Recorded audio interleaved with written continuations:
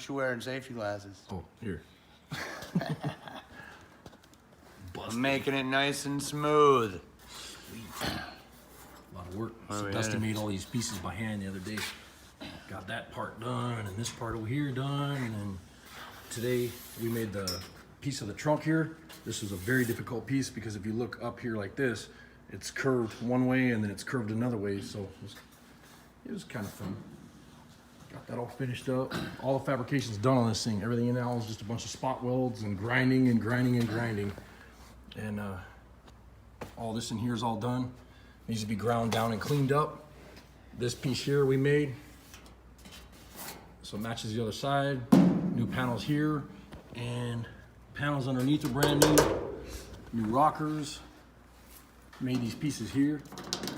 Welds need to be ground down still. Dusty worked his magic right here. It's gonna look awesome once this is all cleaned up and a little bit of primer put on here. This is gonna be beautiful. New floors, everything's sandblasted.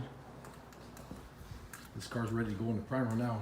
Got just a bunch of sanding and goofing off with it to clean it up, you know, prep it, because after you sandblast, if you don't hurry up and get it in primer, it'll start rusting. So it's got a little bit of rust going on there.